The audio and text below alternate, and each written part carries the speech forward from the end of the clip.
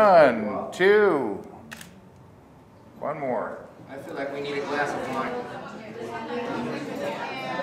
It's a salt block, and we get them nice and hot. We're going to throw this on a grill tonight, and we're going to put our flatbread pizzas on it, and the flatbread cooks on that. It makes the most delicious crust you've ever had.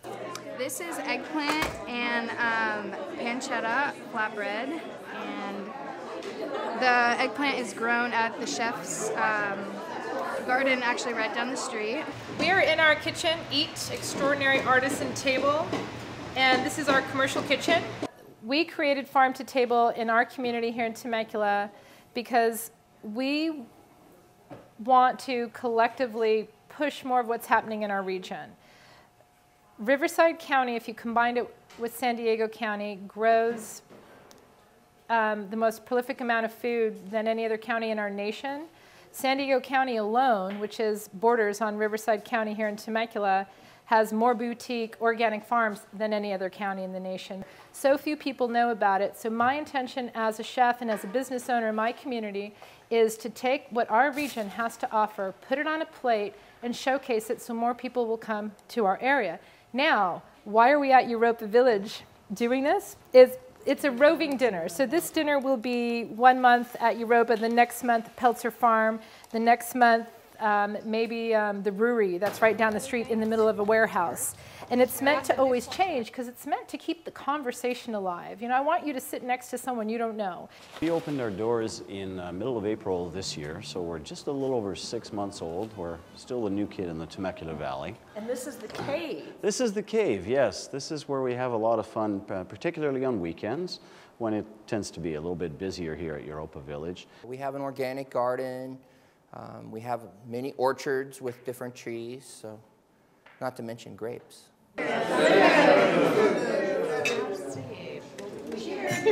Farm to table dinners, slow food events, shopping at your farmer's market, cooking with your kids instead of going through a fast food is truly the way that I think we need to head as a culture. I am loving it. I'm in a cave in the middle of nowhere. I don't know where I am, and I'm enjoying incredible food, incredible wine, at this big, long, exciting table. I'm having so much fun. Amazing. What brought you out to this? Really good. Good citrus, Temecula olive oil on top with a little bit of maple syrup, persimmon, and pomegranates. I said I wasn't going to eat another bite and that I absolutely couldn't, but look at this. Are you kidding me? I mean, I'm going to eat the whole thing. And that's what this place is all about.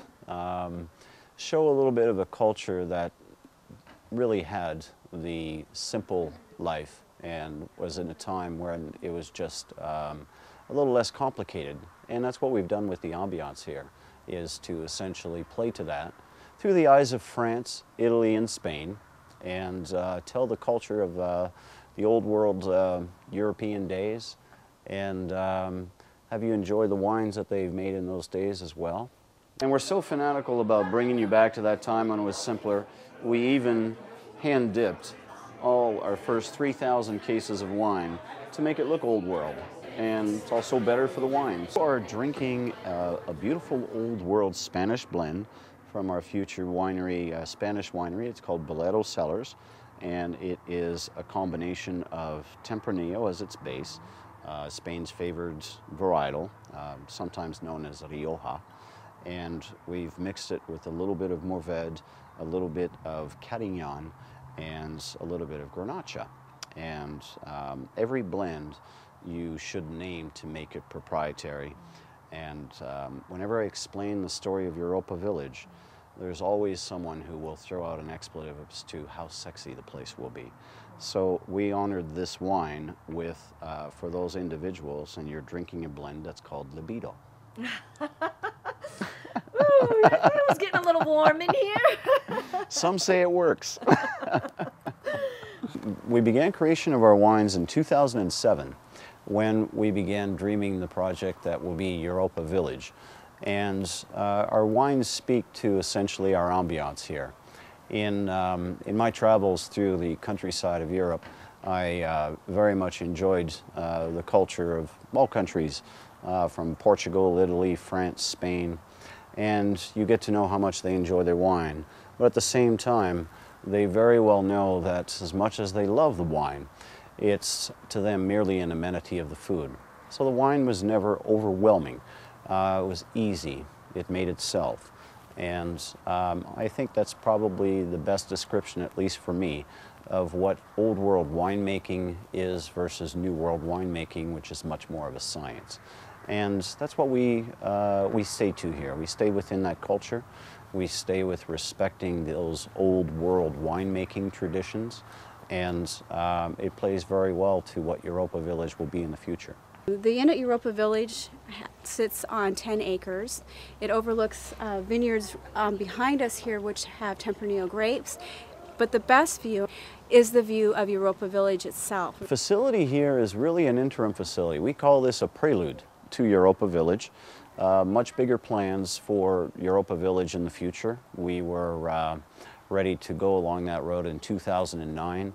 The economy wasn't quite ready for us. We decided to go on the positive side and look at the opportunities that there were, knowing that we weren't going to be able to develop the bigger Europa Village project. We decided to open up this lovely little facility that would feature our future story, what our aspirations are, get into the wine business, and have this amazing opportunity at hand to brand our product for the next 3 or 4 years and get it out there into the marketing world and give everyone a little bit of a taste of it.